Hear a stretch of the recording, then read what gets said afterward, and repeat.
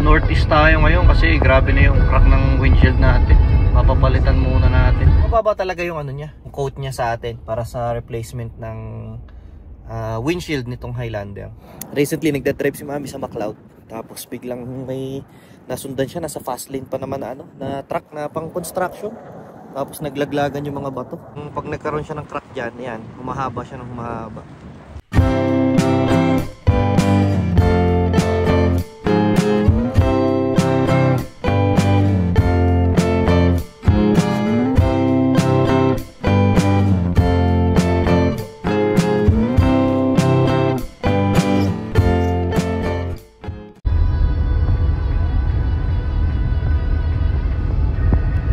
Sayang lang ang pagbibideo ko kanina. Kapag nga pala ito naka-CarPlay ay nawawala yung audio ng camera. So lahat ng video ko kanina, pinagsasabi ko, bumubuka lang bibig ko, wala pa lang naririnig. Naka-muted pala yung audio. Pine-prevent siguro nila na ma-distract nga yung nagmamaneho, kaya ayaw nila na nagda-drive tapos nagvi-video. Dumami ang crack niya. Wala naman tayong choice kasi nga delikado na, nasa line of sight kasi. At dito sa Alberta, lalo dito sa Calgary, sobrang prone talaga ang mga sasakyan sa ganyan. Kaya dito yung business ng tawag dito, windshield repair, yung mga chip and crack repairs, pati yung windshield replacement, sobrang boom na business dito. At kanina nga ay nagpunta tayo doon kay Kabayan. Nakalimutan ko yung pangalan. Ipopost ko na lang dito yung details ng business niya, no. Parang 2 days ago kasi ay tinamaan na naman itong sasakyan ng yung windshield ng bato. Si Mami ang nagda-drive sa highway. So nadagdagan na naman yung mga crack niya. Kapag gano'n, no choice na tayo. Kapag marami na at nasa line of sight, nandito sa mismong harap ng mukha mo, kailangan mo talagang ipa-repair.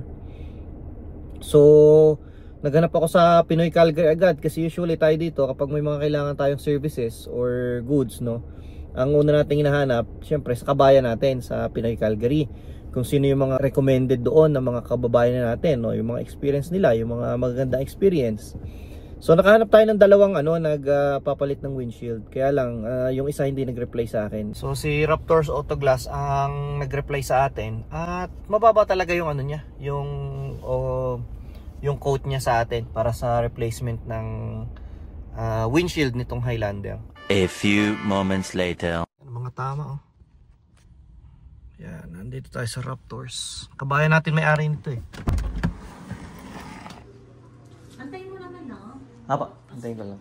Kunin ko na lang susi niya. Pakita ko sa inyo dito sa labas na kuha. Recently nagda-drive si Mami sa McLeod. Tapos biglang may nasundan siya, nasa fast lane pa naman na truck na pang construction. Tapos naglaglagan yung mga bato. Nadagdagan na naman yung yung tama. Ito. Yan. So itong nasa gitna na to, matagal ng tama yan talaga Sa Banff yan nadali winter.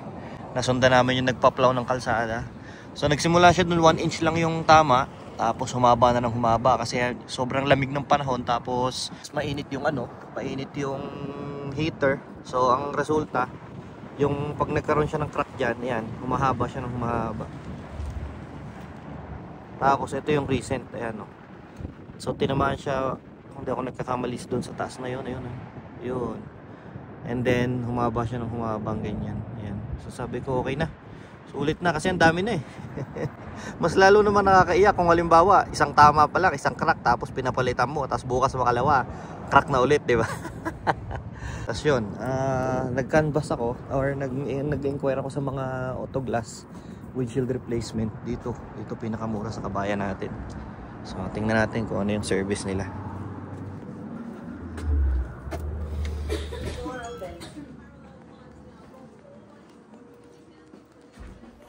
It doesn't fit? No, it's okay. I'll hold it. Makapag-umaga na. Nako, yun lang. Kaya nga kung sa gusto, pwede talaga. Kaso talaga yun ang pumipigil. Parang sa ngayon, ang panganay ko, 12 na. Tapos yung bunso ko 7. Sakto isang oras. Ang sabi nila, more than 1 hour. Pero saktong-sakto naman isang oras ay sinabihan na rin ako tapos na. So ito na siya. Tingnan natin ngayon kung kumusta ang kabit. Yan. Yun, no? So, yun, yung mga tape na yun daw ay ano, huwag daw muna gagalawin ng 24 hours. 48 hours na lang para sigurado. At bawal i-pressure wash. So, bawal din siya hugasan sa ngayon. Ayan na, parang wala nangyari. Uy, sana ito yung sulit na salamin kasi napansin namin doon sa salamin na ano, nakasama na yung salamin niya talaga. Yung original niyang salamin. Ang napansin namin is ano siya, para bang ibang-iba yung tunog niya, manipis. Samantalang yung sa kotse namin na maliit, 3 taon na namin ginagamit, never pa yung nabasag. Nagka-chip siya, pero hindi nagka-crack kahit malalaking baton tumatama. So ang tingin ko, mas matibay pa yung replacement na glass kaysa doon sa original na nakakabit dito. Yun ang suspecha ko.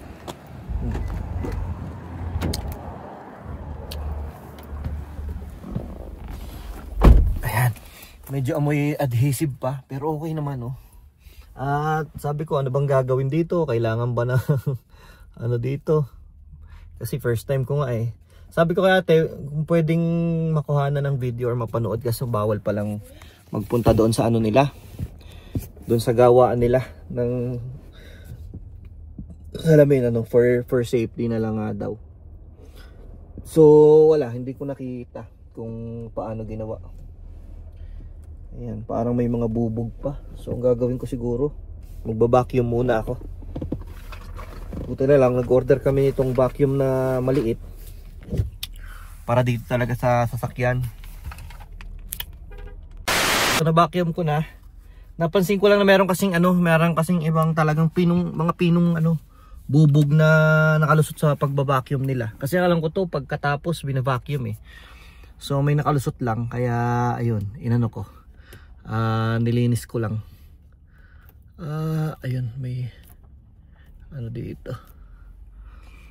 Ayan. Kinabit na rin nila yung, hindi ko na kasi natanggal itong yung dashcam. Sila na rin ang nagkabit. Ayan. So i-start ko muna yung sasakyan para makita ko kung swak yung yung view ng camera. So far okay naman. Sana wag umulan para buti nakagarahin naman to. Wag lang ako nga abuti ng ulan kasi tingin ko okay lang naman mabasa. Ang sabi lang bawal mag pressure wash. Kasi nga naman baka mapuwersa yung mga sealant niya, sariwa pa, 'di ba? Baka gumalaw. So ayun, pauwi na ako. At sana isang oras lang ako naghintay kasi 4 PM ang appointment ko. Alas 4 nandito na kaagad ako. Tapos ngayon ay 5 PM pa lang eksakto nandito na ulit sa parking lot yung sasakyan at tapos na. So ayun, mabait, makwento din si ate tsaka si kuya yung may-ari nito. Yun, sa mga gusto magpapalit, yung mga kailangan magpapalit ng salamin, nasa naman sila, doon ko lang sila nakita, hinanap ko sa Pinoy Canada, Calgary.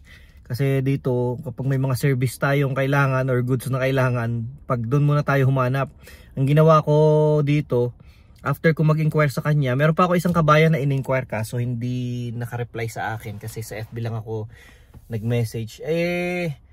Itong si kuya ang may pinakamababa talagang offer or may pinakamababang quote para sa windshield ng Highlander ng ganitong model. So ang ginawa ko the next day, nagpunta ako doon sa amin kasi maraming malalapit lang na shop ang mga nagre-repair at saka nagre-replace ng windshield. So ang ginawa ko the next day, nagpunta ako doon sa Speedy Glass tsaka sa Cal Alta.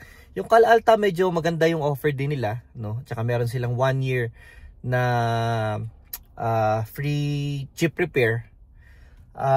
Yung kapag ka natatamaan ng bato, 'di ba, pag nabubutasan, nare-repair nila 'yun. 1 year free kapag sa kanila ka nagpapalit ng windshield. Pero itong Speedy Glass ay grabe, napakamahal ng charge nila. So ito kay kuya ay na-charge ako nagsingil sila ng 300 para sa windshield replacement. But doon sa Speedy, grabe 700. Kaya kung sa inyo, yun, mag-try kayo magtanong-tanong kasi meron ding iba na mayroong mga promo, may mga offer sila. So, yun, magandang magtanong-tanong din muna kayo sa iba. So, yun ang ginawa ko, kaya lang talagang sa kabayan natin dito kay kuya, pinakamababa na talaga.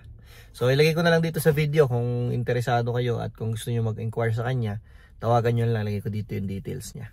Nasa Pinoy Calgary din siya kung nandito kayo sa Calgary, no? Makikita nyo yung mga recommendation ng mga kababayan natin na nakapagpapalit na ng salamin sa kanya. So ayun, hanggang dito na lang muna. At yun, sinama ko lang kayo dito sa pagpapalit natin ng salamin, although hindi ko nakuha ng video. Thank you for watching. See you on the next one. Bye. Oh shit.